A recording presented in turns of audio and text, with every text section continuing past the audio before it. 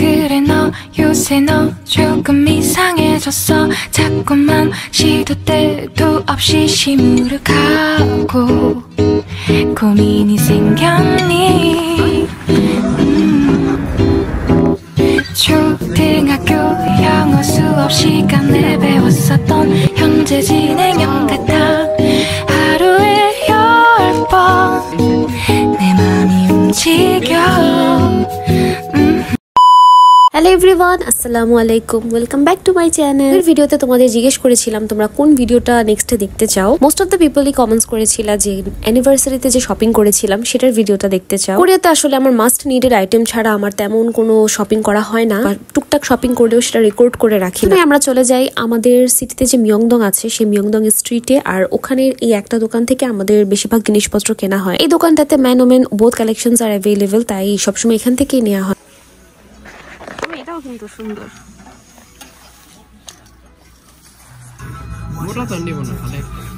কোরিয়াতে স্টুডেন্ট হিসেবে আসলে ট্রাই করবা বেশিরভাগ কাপড়ই বাংলাদেশ থেকে নিয়ে আসার, কিন্তু এখান থেকেও আসলে ওয়েদারের জন্য কিছু কিছু কাপড় কিনতে হয় শীতের জন্য। কোরিয়াতে আন্ডারগ্রাউন্ড শপিং মল, বিভিন্ন সিটি ওয়াইজ এরকম ছোট ছোট অনেক মল থাকে। তারপরে যেমন এই দোকানটা, সব জায়গায় কাপড়ের দাম মানে এভারেজ বলা যায়, কিন্তু সোলের লটে ওয়ার্ল্ড মল, তারপরে কিছু ফেমাস ব্র্যান্ড আছে, সেখানকার কাপড়গুলো এত এক্সপেন্সিভ বলার মতো না। পেটটা কি একটু বোঝা যায়? না, এটা ভিতরে আরেকটা আছে এই জন্য। ভালো লাগে। 이거 얘로 할까요? 일단 얘도 심어. আমরা এবার অনেকদিন ধরে ডিসাইড করে রেখেছিলাম যে না, এবার আমরা একদম ম্যাচিং টাইপের কালারের বা সিমিলার কালার এরকম ম্যাচিং আউটফিট পরবো। আর যেহেতু এখানে সিজন ওয়াইজ কাপড় মানে আমরা চেঞ্জ করি, দেখা যায় যে সামারে এক ধরনের কাপড়, উইন্টারে এক ধরনের কাপড়, ফল সিজনে এক ধরনের কাপড়। যেমন উইন্টারে একটু মোটা জুতা পরতে হয় যেমন ঠান্ডা না লাগে, আর স্নোফলে যেন হাঁটতে সুবিধা হয়, তেমনই সামারের সময় এমন জুতা পরতে হয় যেন পা ঘেমে না যায়।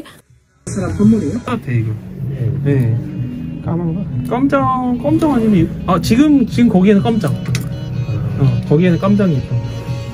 사이즈를 이런 느낌. 매칭 이거 매칭 나쁘지 않아요. 썼어. 소소.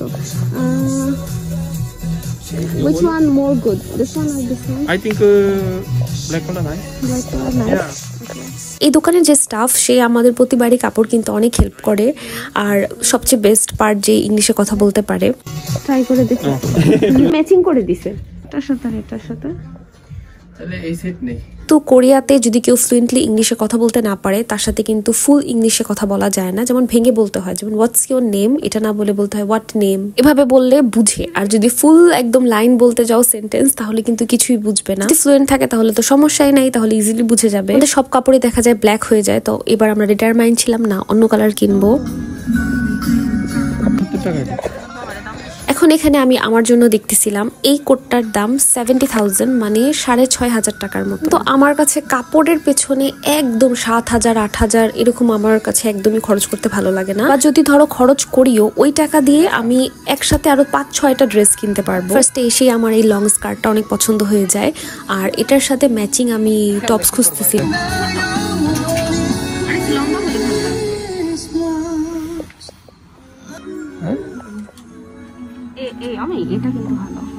এটা দেখো।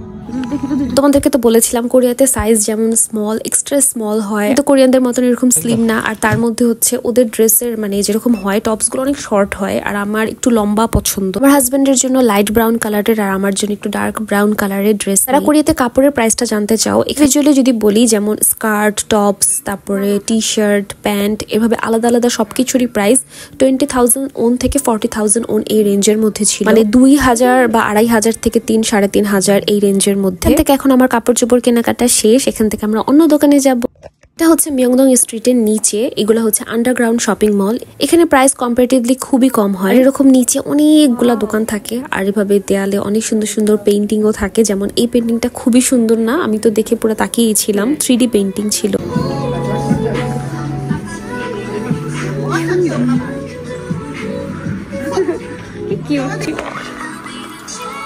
এগুলো হচ্ছে ব্যাগ, কি চেইন, আর কি কিউট এগুলো দেখতে। আমার হাজবেন্ডের তো শপিং ডান, কিন্তু আমার এখন একটু বাকি ছিল। মেয়েদের তো আসল জিনিসপত্র আরো লাগে, যেমন একটা ছোট্ট কিউট পার্স লাগে, কি রিং লাগে, তারপরে ফিঙ্গার রিং লাগে। এটা হচ্ছে রেড আই। এখানে সবগুলো ফিঙ্গার রিং এর কালেকশনই খুবই সুন্দর। আর এগুলো ফিঙ্গার রিং এর প্রাইস রেঞ্জ মানে অনেক ডিফারেন্ট রেঞ্জের হয়, যেমন 2000, 3000 ওন থেকে 5000, 6000, মানে বাংলা টাকার 200-300 টাকা থেকে 1000 টাকার মধ্যেও হতে পারে।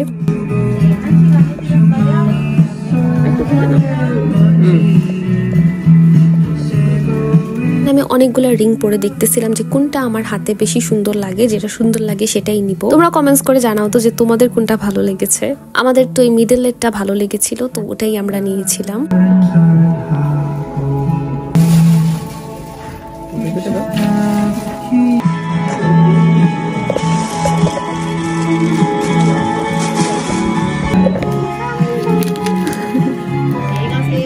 আমি এখান থেকে সুন্দর মতন চলেই যাচ্ছিলাম। তারপরে কিউট কিউট কি রিং গুলা দেখে আমি ওখানে সুন্দর মতন দাঁড়িয়ে যাই। এই কিউটনেসের তো একটা লেভেল থাকা দরকার। এত কেন কিউট, মানে প্রত্যেকটা জিনিসই এত কিউট, এরকম ছোট ছোট। আমার তো এগুলো খুবই পছন্দ। খরগোশ নাকি বিড়াল?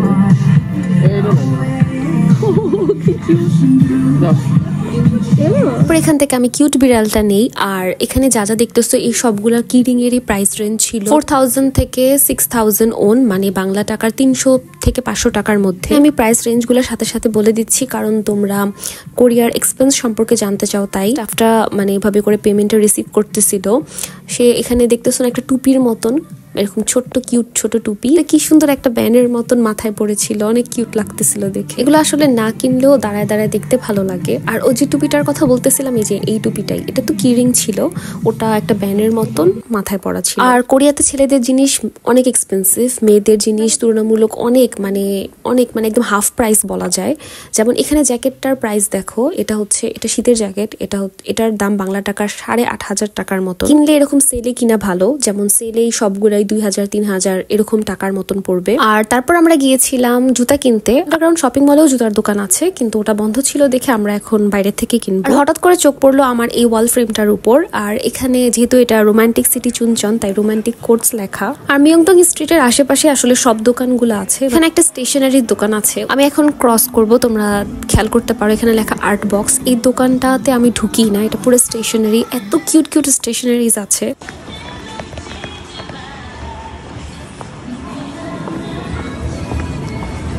আর জুতা কিনলে এমন জায়গা থেকে কিনা উচিত যেটা ভালো আর অনেক দিন টিকবে।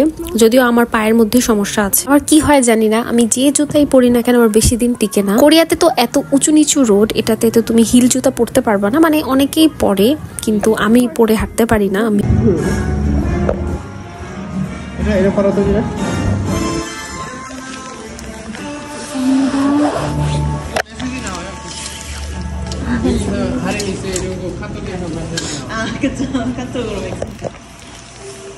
ঠিক আছে সামনে, হ্যাঁ সামনে সামনে ঠিক আছে একটু টাইট না নাকি? টাইট না তো, লুজ হয় না, একদম পারফেক্ট হয়।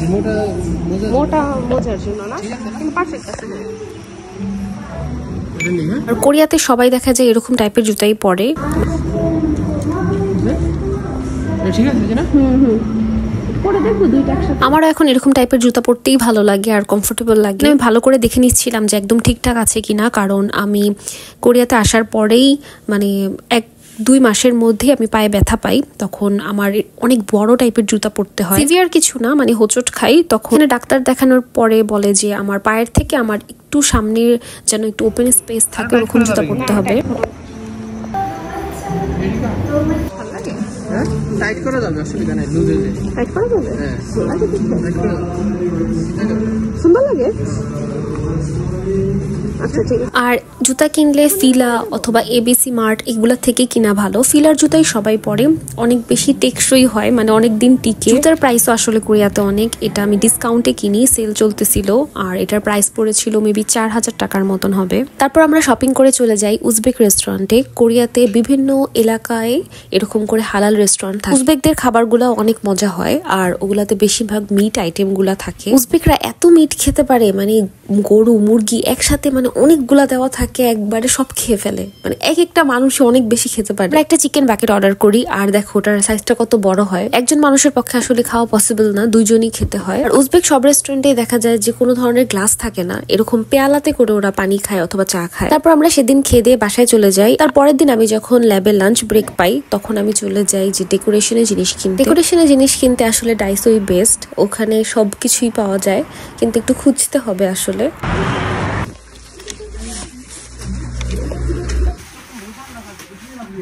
আমি এখানে লাইট ব্রাউন কালারের মতন খুঁজতেছিলাম, কিন্তু দেখলাম এখানে সবই এরকম সিলভার কালারের অথবা রোজ গোল্ড কালারটাও কিন্তু ভালো লাগে। তারপরে ওটাও খুঁজে পাই না। তারপরে হালকা পিঙ্কিশ কালারের এটা নেই। তারপর আমি বেলুন খুঁজতেছিলাম, এখানে দেখি যে সবই এত কালারফুল বেলুন, আর এটা ছিল কি জানি ভিতরে গ্লিটার সালা বেলুন হবে। আমি এক কালারের হালকা ব্রাউন কালারের বেলুন চাচ্ছিলাম, আর দেখলাম মানে এত খুঁজলাম দেখলাম এখানে নাই ওটা। তারপরে ভাবলাম গ্যাস অর ফয়েল বেলুন গুলাই নেই, এটাতে একটা প্যাকেটে 4টা ছিল, তাই এটা নেওয়াই ভালো। আর এখানে হ্যাপি বার্থডে গুলো দেখো কত কিউট, এখানে কোরিয়ানে লেখা স্যাঙ্গেল চুক্কা হামনিদা। তোমরা কারা কারা আমার মতন আছো কমেন্ট করে জানাও, যাদের এই ফেরি লাইট গুলোর প্রতি একদম অবসেশন। এই লাইট গুলো বাসায় আসলে অনেকগুলো আছে, আমি বাংলাদেশ থেকেও নিয়ে আসছিলাম, বুঝো আমি তো তখন জানতাম না যে কোরিয়াতে পাবো কি পাবো না। তারপর অনেক ঘাটাঘাটির পরে ভাবলাম এই আর্টিফিশিয়াল ক্যান্ডেলটাই নেই, এটা ভালো হবে নিলে, কারণ এটা পরবর্তীতেও আমি এটা ইউজ করতে পারবো।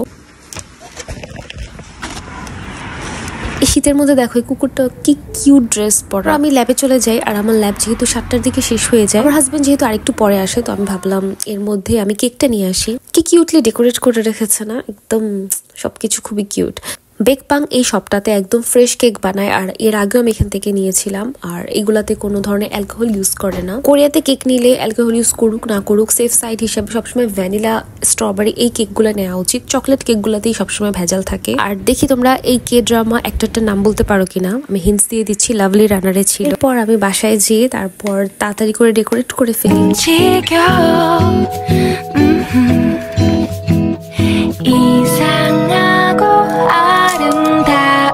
느낌이 좋아 걱정되고 보고 싶은 이런 기분은 현재 진행형 사실은 나도 뭐가 뭔지 잘 모르겠어 어쩌다 우리 여기까지 알 수 없는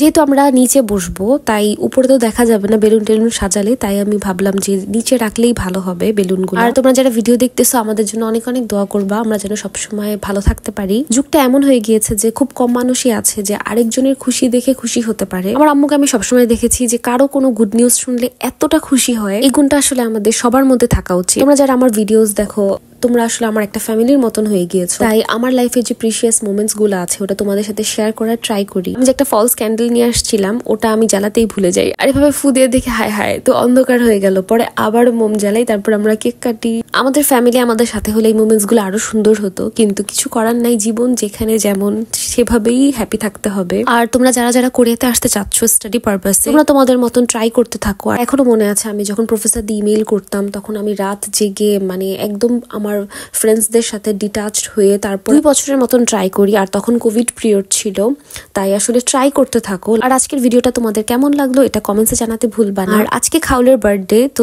নেক্সট ভিডিওটা মেবি খাউলের বার্থডে ব্লগই হবে। টিল দেন আল্লাহ হাফেজ, বাই বাই।